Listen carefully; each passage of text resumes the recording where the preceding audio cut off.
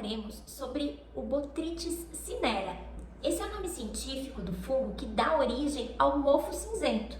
Essa que é a principal doença que atinge os frutos de morango aqui na nossa região. Esse fungo ataca uma série de espécies vegetais, ele não é específico do morango, ele acaba incidindo sobre alface, alho, ameixa, batata, berinjela, caque, cebola, cenoura, citros, couve-flor, feijão, feijão verde, figo, goiaba, kiwi, melão, pepino, pera, pêssego, pimentão, rosa, tomate, uva e praticamente todas as flores. Devido à importância do cultivo de morango aqui na nossa região, é muito importante a gente saber as principais questões que estão ligadas ao Botrytis para a gente ter sucesso no nosso manejo. Acho que a primeira questão é entender que esse fungo, ele não vive só na hora que ele está atacando o fruto. Ele pode viver saprofitamente na matéria orgânica do solo. O que é isso? Ele pode se alimentar da matéria orgânica em decomposição. Outra questão fundamental é a gente entender que grande parte do fungo que vai atacar, ele na verdade já veio do tecido morto de outro ataque anterior. Então assim, como que acontece? Você teve um ataque do morango nas folhas e ele ficou nas folhas jovens, ele permanece quiescente, que é como se ele ficasse lá parado, em dormência, nas células da epiderme da folha, nas pétalas, até que elas caem. Assim que esse tecido morre, como ele consegue viver da matéria orgânica, ele se desenvolve rapidamente, ele começa a esporular, e são esses esporos que fazem com que a doença comece a gerar um novo ciclo de infecção. Então, é aqui que reside a chave do manejo do mofo cinzento.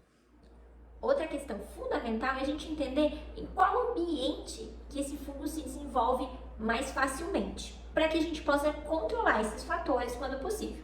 O primeiro deles é o excesso de adubação nitrogenada. Sim, uma adubação com muito nitrogênio, ela favorece o desenvolvimento e o estabelecimento do Botrytis na cultura.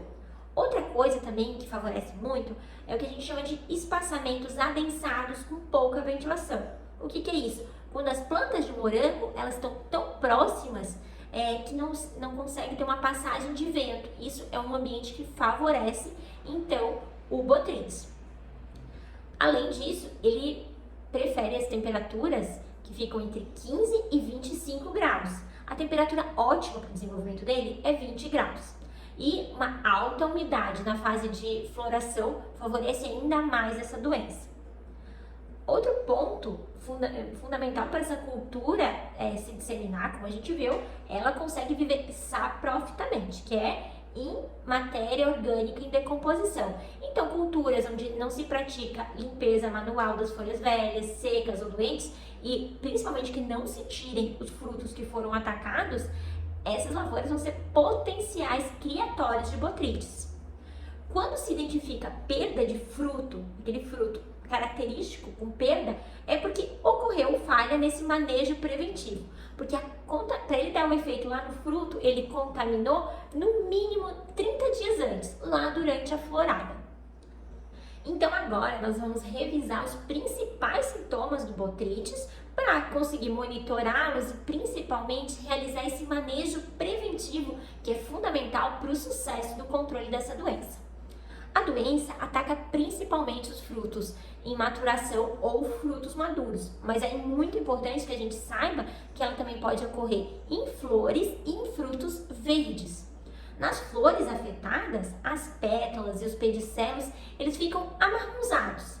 Em casos mais severos, essa inflorescência, ela pode secar completamente.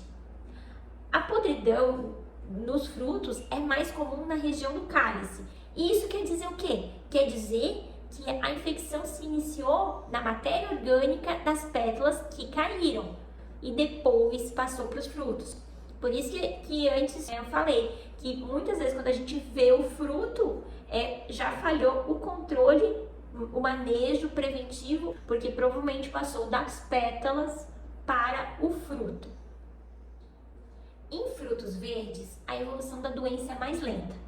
Em frutos bem afetados, é comum a gente ver uma massa, uma superfície dos tecidos apodrecidos.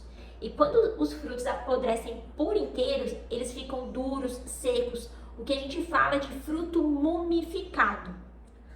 Agora, nós já conhecemos o ciclo e as principais condições que favorecem o surgimento do botrytis e do mofo cinzento, que é a doença que ele causa.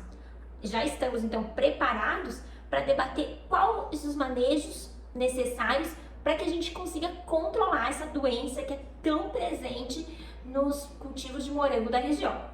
Só que esse assunto do manejo é para o próximo vídeo da campanha Alimento Seguro. Aguardo vocês até a próxima!